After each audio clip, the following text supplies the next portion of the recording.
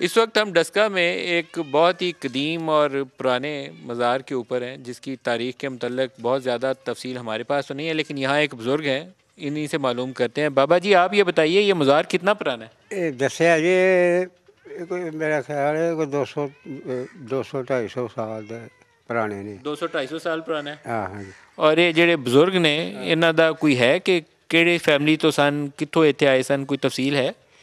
ਇਹ ਜੀ ਸਰਕਾਰ ਮੈਂ ਤੁਹਾਨੂੰ ਦੱਸਣਾ ਗੱਲ ਜਦੋਂ ਦੇ ਨਾ ਉੱਥੇ ਸਿਆਲਕੋਟ ਪੀਰ ਮੁਰਾਦੀਆ ਹੋਇਆ ਨਾ ਜੀ, ਉਦੋਂ ਫਿਰ ਇਹ ਬਜ਼ੁਰਗ ਕੋਈ ਕਿਤੇ ਲੇਟ ਗਿਆ ਕੋਈ ਕਿਤੇ ਲੇਟ ਗਿਆ। ਤੇ ਸੰਧੂ ਫੈਮਿਲੀ ਦਾ ਇਸ ਮਜ਼ਾਰ ਨਾਲ ਕੀ ਤਾਲੁਕ ਹੈ? ਹਾਂ ਸੰਧੂ ਇਹ ਹੈ ਸਨ ਸੰਧੂ ਸਨ।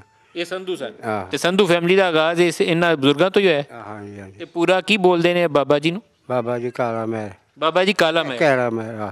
ਤੇ ਸੰਧੂ ਜਿੱਥੇ ਜਿੱਥੇ ਹੁਣ ਆਬਾਦ ਨੇ ਪੰਜਾਬ ਸਾਰੇ 'ਚ, ਤੇ ਉਹਨਾਂ ਦਾ ਸਿਲਸਿਲਾ ਇਹ ਬਾਬਾ ਕਾਲਾ ਤੋਂ ਸ਼ੁਰੂ ਹੁੰਦਾ? ਹਾਂਜੀ ਹਾਂਜੀ।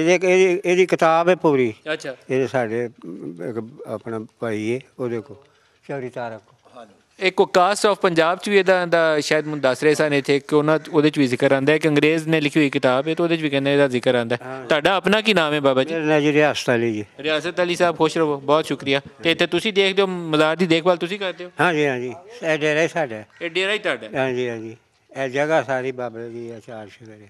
ਚਲੋ, ਇਹ 95 ਸਾਲ ਬਾਬੇ ਹਰਾਂ ਦੀ ਵੀ ਉਮਰ ਹੋ ਗਈ।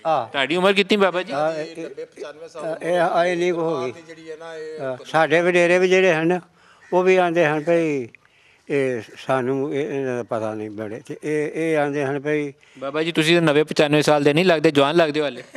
ਨਹੀਂ ਉਹ ਸਹੀ ਹੈ। ਸਹੀ, ਖੁਸ਼ ਰਹੋ।